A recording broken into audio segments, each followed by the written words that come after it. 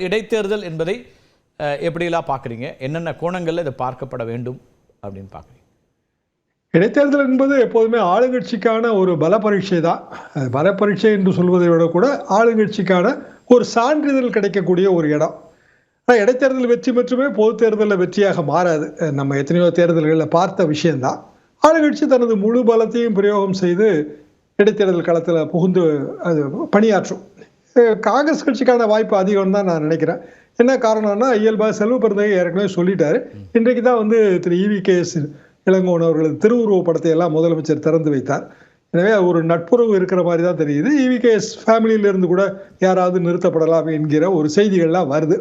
அப்படி என்றால் திமுக கூட்டணி சார்பாக கண்டிப்பாக காங்கிரஸ் வேட்பாளர். திமுக கூட்டணி இப்போதுள்ள நிலைமையிலேயே தொடர்கிறதா என்றால், ஏற்கனவே கொஞ்சம் மாற்று கருத்தெல்லாம் சொல்லி கொண்டிருந்த கம்யூனிஸ்டுகள் இந்த தேர்தலில் திமுகவுக்கு தான் ஆதரவுன்னு அவங்க நிலைப்பாடை சொல்லிட்டாங்க. காங்கிரஸ் கட்சி வேட்பாளர் அப்புறம் காங்கிரஸ் ஆதரவு தான்.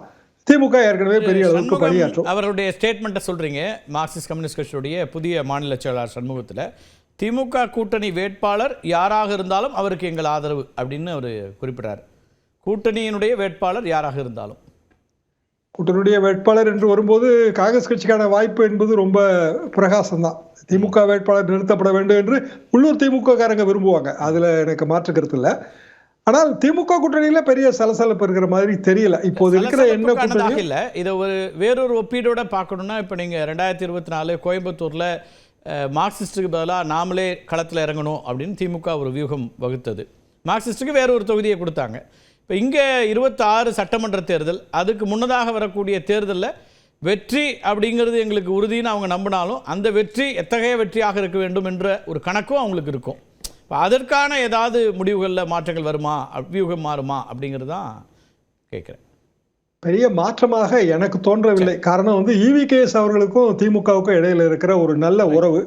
காலையில் தான் படங்களை எல்லாம் திறந்து வைத்து பெரிய அளவுக்கு முதலமைச்சர் புகழாரம் சூட்டி அவர் பேசியிருக்கிறாரு. எனவே அது அப்படி தொடரும் என்பதுதான் எனது பார்வை. ஆனால் திமுக கூட்டணி திமுகவை நின்றாலும் கூட மார்க்சிஸ்ட் கம்யூனிஸ்ட் கட்சி அதை ஆதரிக்க போகிறது. அதுல வேற விதமான சிந்தனைகள் இருக்கிற மாதிரி தெரியல. அதிமுக ஒண்ணுதான். நீங்க கேட்ட கேள்வியில அதிமுக விக்கிரவாண்டி மாதிரி புறக்கணிப்பு செய்யுமா அல்லது போட்டியிடுமா